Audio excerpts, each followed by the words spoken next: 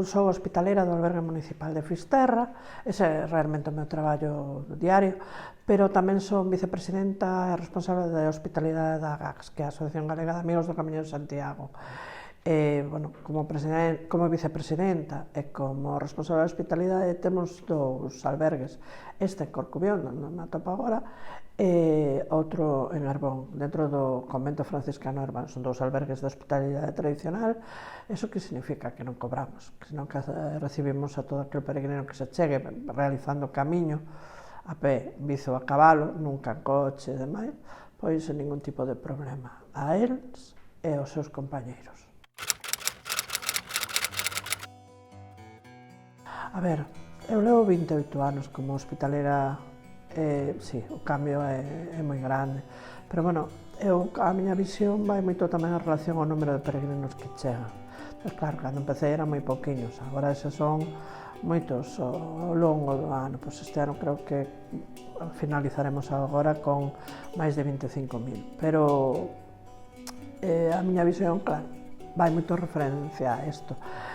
Como vexo? Pois moi cambiado. Pero igual que a sociedade, o mesmo, o camiño vai ao mesmo ritmo que a sociedade, porque realmente que camiña é xente que vivimos na mesma sociedade. Entonces, está cambiado, faltan valores, perdense valores, pero bueno, eso sucede ao longo dos séculos e sucederá sempre.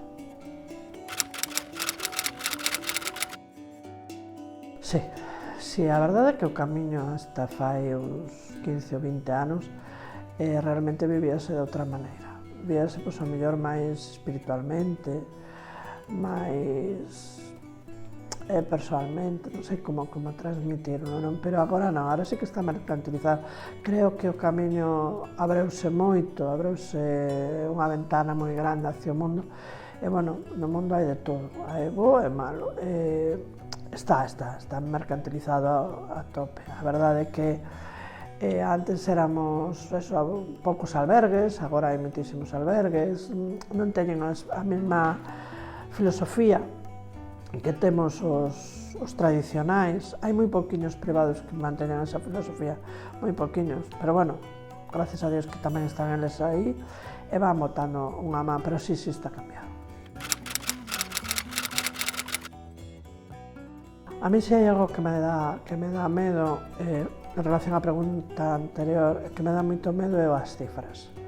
Cada 31 de decembro, cada 2-3 de xaneiro, eses artigos falando de cifras a min póñenme os pelos de punta, porque non falan da realidade, falan de números, que non supoñen os peregrinos que realmente percorren o camiño.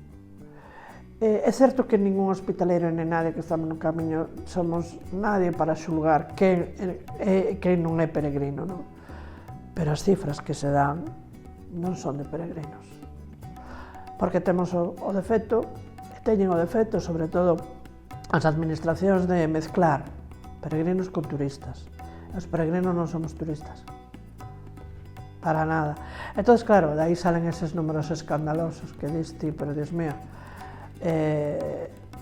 como poden falar destos números, pero dunha maneira que non teñen nin vergonza, porque se te paras a pensar, é dicir, como trataste a toda esa xente? Fomos capaces de tratalos ben? Fomos capaces de que levaran unha visión positiva de todo o que viviron? Fomos capaces de que foran contentos? Fomos capaces de amosarlle a nosa terra, de amosarlle como somos? Falan de números como se nada. E alucinas, porque ao final diste, bueno, se só importan os números, flaco favor, lle facemos o camiño. Se o camiño nos deixaran seguir como facía fai anos, se non se meteran tanto, se interferiran tantos axentes como se están interferindo agora, porque fai uns anos do camiño ocupábanse 4, agora ocúpanse 4.000 e non fan nada.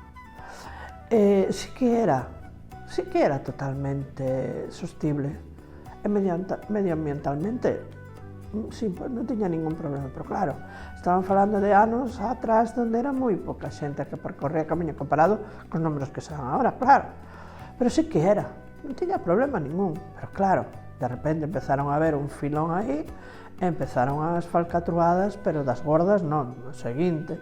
Entonces aquí estamos con un itinerario,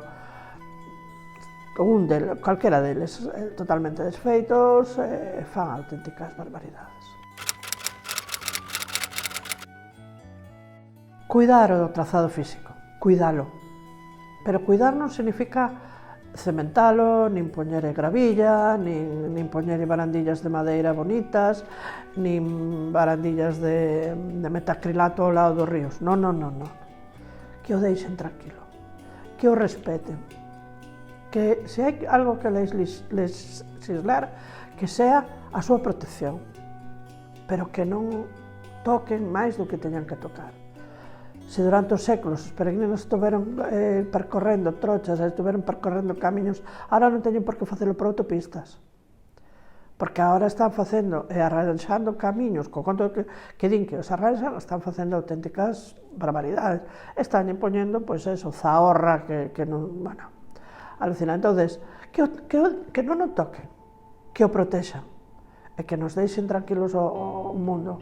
E non habrá problema. Porque o camiño ao longo dos séculos, se sigo dicindo, nunca tuvo problema hasta que lle metemos a manos.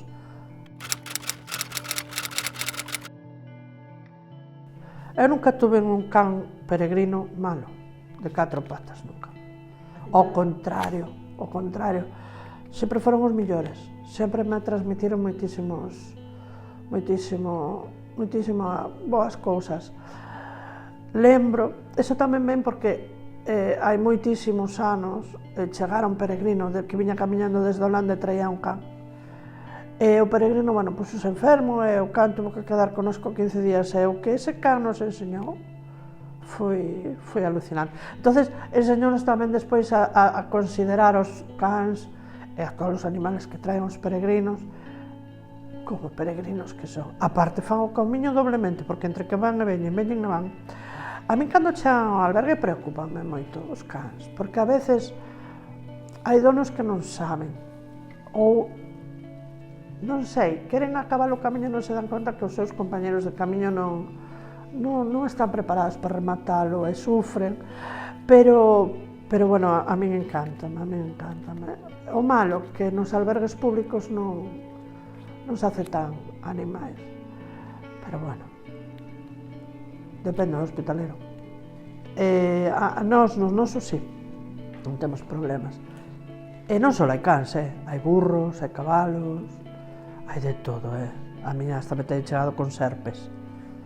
E gatiños, pobres, que pequerrechiños.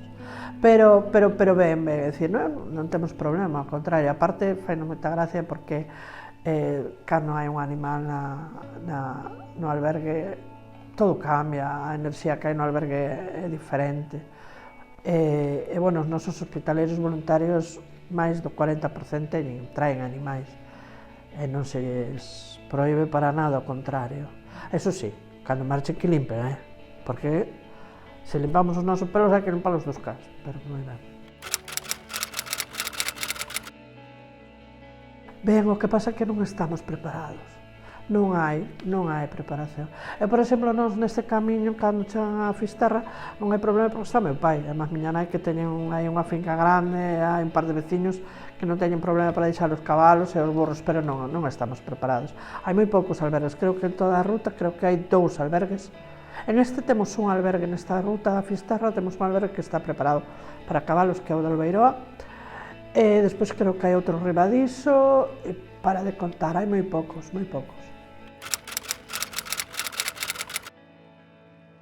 A ver, temos un grave problema de educación con respecto aos animais. Eu son da aldea, vivo nun pobo, pero nací nunha aldea e eu vexo como se tratan os animais. Que conste, que cambiou moito, É dicir, antes os animais, pois, vale, convivíamos con eles, pero tampouco lle tiñamos ao mellor, que sei, morría un animal, pois morría, Hoxe en día, pois, levas ao veterinario e lúchase para que non pase nada, E cambiou moitísimo. Antes eu non vía os nosos vellos chorar por un can. O mellor non choraban para fora, pero choraban para dentro. Pero agora sí, agora velos chorar para dentro e para fora. É dicir, eu vivo con meus pais que que teñen hai pouco morrenos un burro, na nosa casa sempre houve burros, é unha tristeza grande, pero bueno, era a súa vida, vivimos moi ben, e temos cans, pero sí, a situación mellorou, gracias que eu creo a educación que estamos recibindo de respeto hacia os animais, espero que mellore moito máis, e nesto tamén estamos, é dicir, a parte, todos estamos involucrados neste cambio, é dicir, temos que facer que vaya mellor. Eu alégrome moito, porque eu, por exemplo, na aldea dos meus pais vexo que é unha maravilla, os animais andan libres, é unha gozada. Sobre todo, sí, no camiño francés, sí, porque eu eso xa teño discutido. Estamos falando dunha poboación rural moi velliña, moi avellentada, unha poboación rural que é moi pequena, e aparte, claro, son xente moi maior, e o paso continuo de peregrinos, ao mellor o can escapolles unha vez e xo amarran. Pásanos aquí, Non son dos graves problemas que temos, que agora estáse convertendo nun problema bastante grave, que temos neste camiño a Fisterra, por exemplo, e os cans que veñen cos peregrinos. É dicir, é un problema moi grave, porque ese can ti nunca sabes. A parte no rural, poucos son os que teñen chip, poucos son os que están, de alguna maneira, controlados, non? Entonces, ese é un problema. Eu vexo no concello, e vivo nun concello onde se leva a raxatabla e se cuida moitísimo este aspecto dos animais. Pero entendo que está supoñendo un problema moi grave, porque chegan os cans, e despois non hai que nos reclamen. E os peregrinos non marchan con eles, son escasos os que levan os cans con eles. Depois un peregrino que se encontra un gatiño pequeno, tampouco se para, algunos se para a pensar moito, collo o gato e vais. E hai un que está supoñendo un problema. A mí cando me chega un can pola porta do albergue que ven sin dono, ou un peregrino dicindo es que este perro me siguió, xa sudo frío, porque no 90% dos casos é casi imposible devolvelo a súa casa. Que os concellos estiveran máis concienciados e que puxeran todos os medios posibles para, polo menos, que o can volva a súa casa, ao seu fogar, se pode ser, non? E se non pode ser, bueno, pois darlle unha mellor vida, pois tratar de que se acolla, pero se te digo, nós, dos que aparecen, hasta ahora estamos tendo suerte,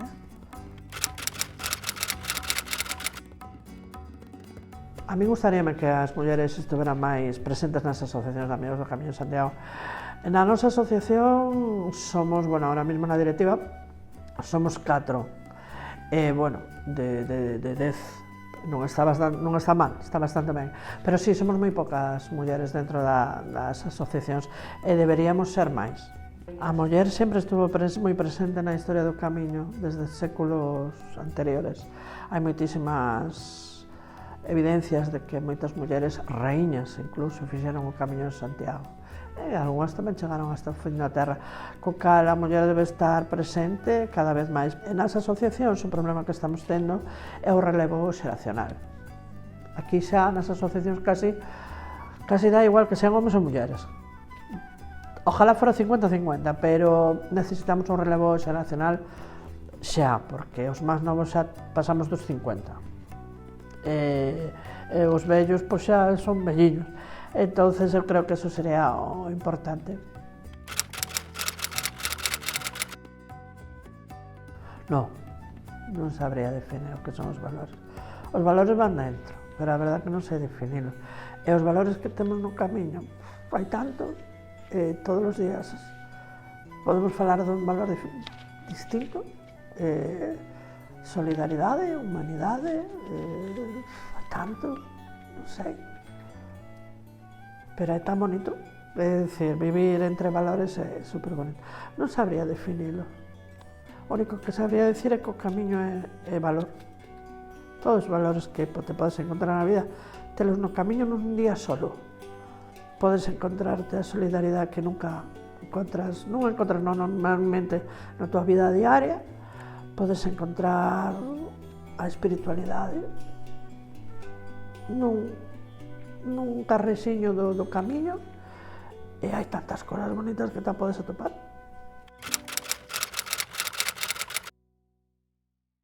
Se hai un valor e se hai unha pata que sustenta o camiño, é a hospitalidade. A hospitalidade é unha parte fundamental do Camiño de Santiago. Sen ela o camiño estaría coxo. A hospitalidade é vida.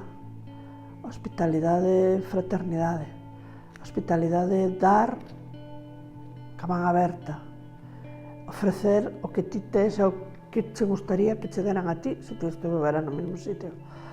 A hospitalidade é recibir cos brazos abertos a todos.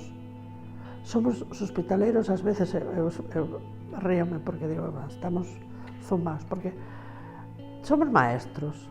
Aos 2 minutos somos nais, porque estamos reñendo a peregrina como se foran fillos. Aos 10 estamos curando unha ferida e parece que somos ATS ou médicos cirujanos. A hospitalidade é vida, é a vida do camiño.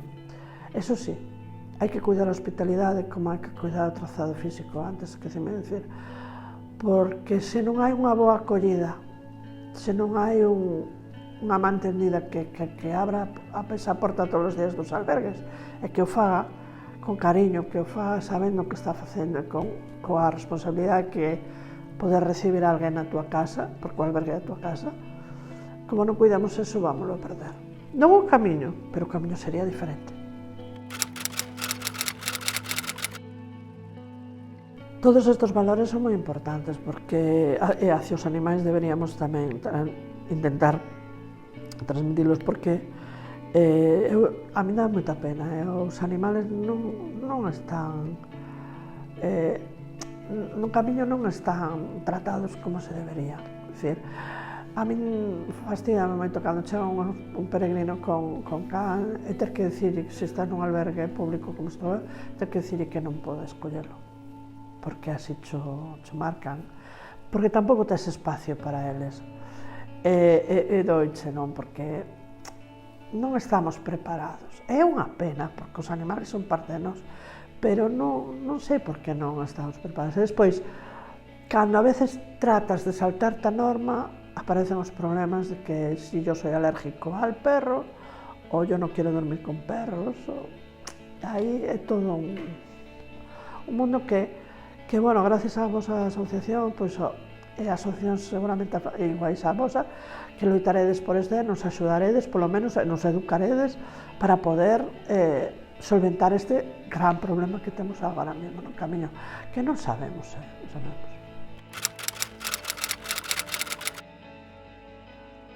Sí, como non? Sí que posúen moitos valores. Eu vivo e vivino, é dicir, cando hai un animal no albergue, cambia todo. E o animal hospitaleiro axudalle moito, moitísimo, sobre todo o can, Tamén non tuve experiencias con outro tipo de animais, solamente con unhas, pero transmítelle moitísimos valores. Eles non xulgan, ou non nos damos conta, pero non xulgan. Eles enséñanos moito. A mí, sinceramente, eu cando entra un animal pola porta, a mí fai máis feliz. Ainda que sei que non vai quedar, pero a mí fai máis feliz, porque esa persoa que ven con ese animal, seguro que é boa xente, é o animal máis.